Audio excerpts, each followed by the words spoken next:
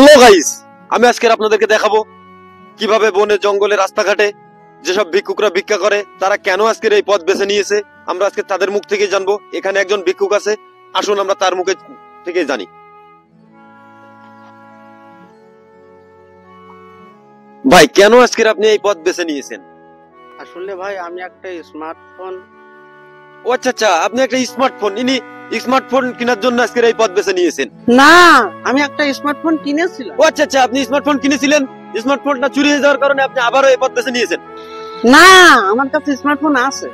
তাহলে কেন আপনি এই পথ বেছে নিয়েছেন?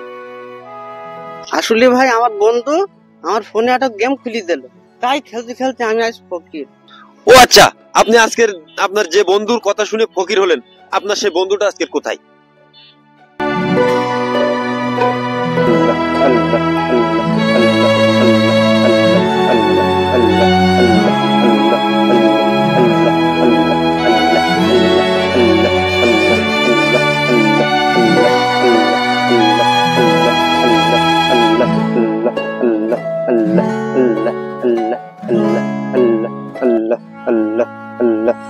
তাই আপনাদের উদ্দেশ্যে বলছি, আপনারা কেউ এই যুবকের মতো বন্ধুর কথার প্রলোভনে পড়ে নিজের ক্ষতি করবেন না।